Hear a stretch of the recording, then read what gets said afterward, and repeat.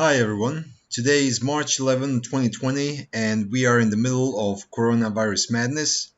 Schools are starting to close down, entire Italy is under quarantine, and language schools all over the place are either switching their classes online or preparing to do so. I'm making this video with specific goal of helping you go online with your courses in case you need to do so quickly. I will show you all the features available in Amber that are useful for this particular scenario. This right here, what you're looking at, is a dashboard for a student account at British School Pisa. They're Amber users and they switched all of their courses online in a matter of days, and they've done it very efficiently. Now, obviously, the first thing you need to do is create student and or parent accounts for all of your students for Amber. I just logged in as one of British School Pisa students, and I can see all of these dashboard messages just waiting for me right there. Yes, these messages are in Italian because we're reading actual real-time messages school is sending to their students as entire country is put under quarantine and people are not leaving their homes. These messages are basically giving me instructions on how to proceed with my courses at British School Pisa that are now being executed online.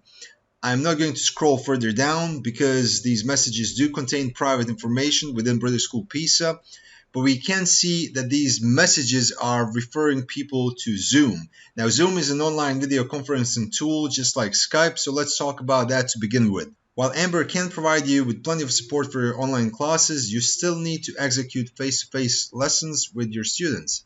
In this case, they're using Zoom, which is a very good conferencing tool, very stable and not too expensive. You can also use Skype, which is free, although for higher volumes, you might need to get paid account for Skype as well. Finally, you can use Adobe Connect, which actually has integration with Amber. Adobe Connect is a professional tool, quite expensive, and at this point you can probably solve all your problems with either Zoom or Skype. Now, going back to Amber features, again, we are looking at dashboard messages. So this will be our feature number 1. You can use dashboard messages to communicate specific issues with a large number of users. I am not going to spend any time talking about dashboard messages because there's already a full tutorial on that. If you go down here in your menu, you go into video instructions, and under features and upgrades, you have the full tutorial on how to create and send dashboard messages. The next feature that would be on the top of my list would be sharing lecture summaries with your students. Lecture summaries are one of the basic Amber features and should be integrated in everyone's daily routine. If for whatever reason you're not using lecture summaries, there is a full video tutorial on how to do so under Teaching Tools and then Teacher Interface Lesson Management. Now let's take a look at how we can use this feature to help us with online courses. We're now in Amber account for Yantar International House Split. We are in the Teacher Groups menu and are looking at a specific teacher. We can open any of these groups by clicking on the Details button and then move to the Lectures tab. This is where we have a list of all the lectures related to this course, and we can see the corresponding lecture notes right here. Sharing them with your students will give them access to similar interface. So if we open any of these notes, we can see what teacher has put in it. How your teachers will fill out these notes is up to you, and it will certainly depend on the purpose you're using them for. This teacher is pretty good in providing somewhat detailed description of what was done in the classroom. But if you're switching all of your courses fully online, you may want to go even more specific. This interface can basically be your Blackboard, your lesson plan, the list of your activities. It can host your entire lesson online. Sharing it with your students will allow them to have a record of everything that has been done in class. To share these summaries with your students, go to Course Management, then Groups.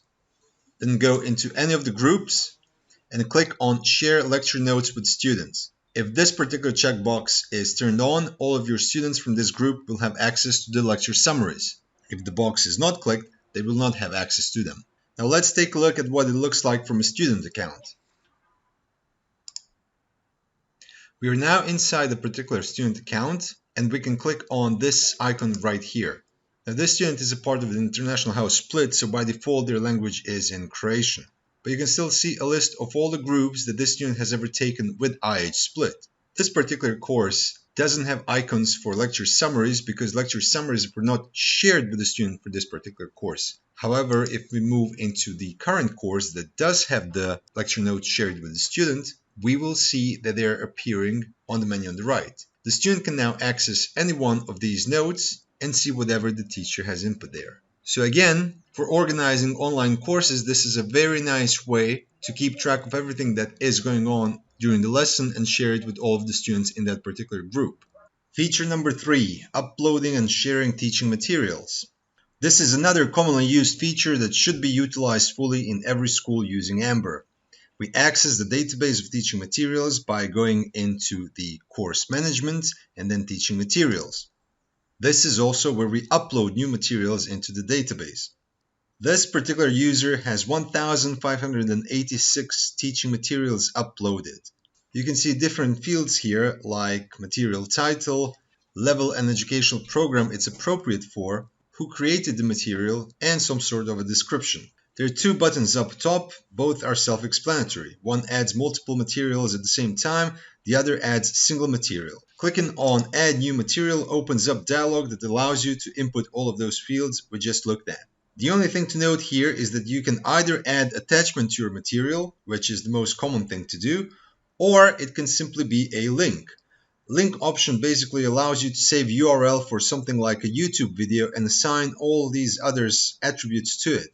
Once you add a link in such a way, it becomes easily shareable among teachers, easily shareable to students, easily filterable or searchable by language or level, generally easier to choose and apply when needed.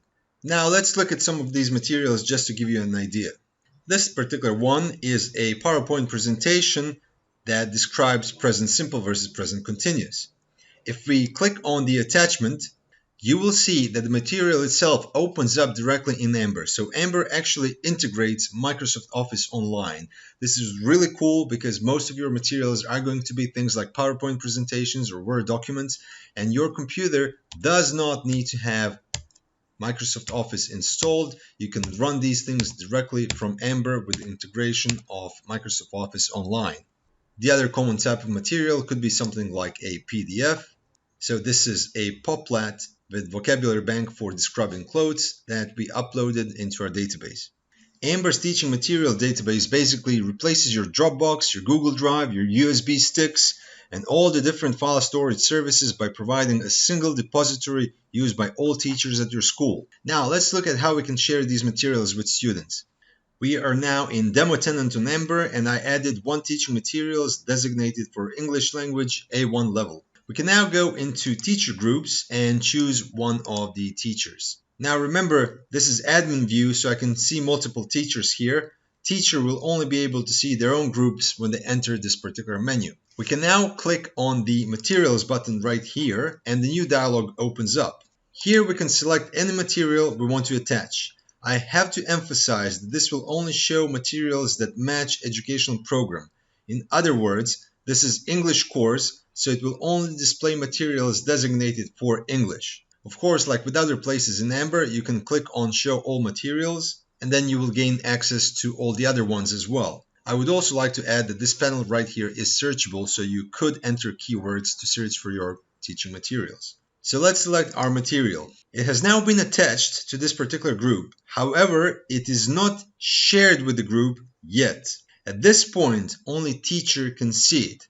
So even now, this material has its purpose. It could be a part of the teaching material set that this particular teacher will use for this particular group.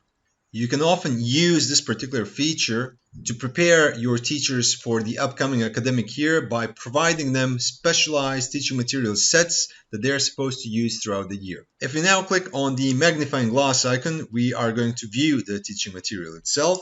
We can remove it, we can download it, or we can share it with our students. This is exactly what we want to do, so let's click on this button right here. Our sample material is now displayed in this bottom area, which means it is now being shared with all of the students in this group. Let's take a look at it from the student account. First of all, we can see a notification, and it says that the new teaching material has been added for us. Now, if we go into this menu icon right here and we find our English A1 course, we can see under other materials that the sample material is now there. As a student, we can now download it locally, we can view it, or we can start a discussion. So we can actually leave a comment for teacher and our fellow students. This comment will become displayed next to the material itself. With proper motivation, students can actually discuss each of these teaching materials among themselves through this forum-like module. Feature number 4, Homework Exchange. This is a perfect addition for any online course because it allows homework exchange through Amber. This is an on-demand feature, so you will need to buy it as one-time upgrade if you don't already have it. I'm now logged in as teacher, so I will go ahead and click on My Groups, and then I need to choose a group I want to assign homework to. So let's click on Assignments, then Add Assignment. Now I have to give this homework a title, due date, some sort of description, and attach a file. Once we are ready, we can click on Add Assignment. Now let's log in as a student and see what it looks like from there. The students have a specialized icon for the assignments. If we click on it, we will see that there is a new pending assignment, essay about coronavirus. We can go ahead and click on it, and this will open our entire homework assignment. We can click on the document to open it directly in Amber using Microsoft Office Online, or we can go ahead and download it locally. Once we have completed our assignment, we can upload our response as a new document, and we can send it back to our teacher along with some sort of a comment. Going back to teacher's account, we can go back to that particular group, click on the assignments, and now we can see what's going on. We can see that only one student so far has given us some sort of an update, and the last update was March 12th. None of the homeworks are yet marked as completed. If we click on the last update, we will open the history for that particular student. Now we can take a look at the student's homework, and we can either make some corrections to it, send it back to them, or we can say that we are pretty happy and we can mark this as completed. We do need to add some sort of a comment before we can actually mark it as completed. If we look at our entire homework list now, we can see that Aries is actually marked as completed. So there you go, a very nice little tool for exchanging homework assignments with the entire classroom, particularly useful if they're doing their courses online. Feature number 5, student portfolios.